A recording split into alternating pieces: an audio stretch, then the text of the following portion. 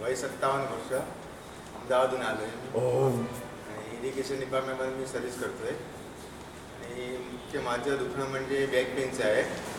ऑफिसमध्ये कंटिन्यूस 10-15 मिनटं बसायचं तरी मला त्रास व्हायचा.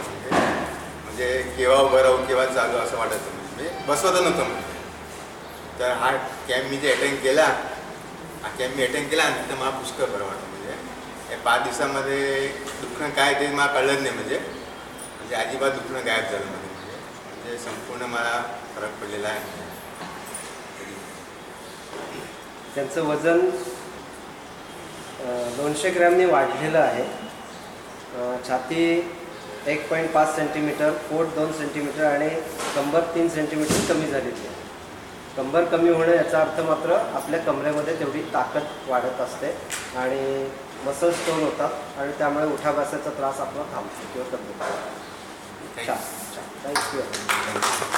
संदीप.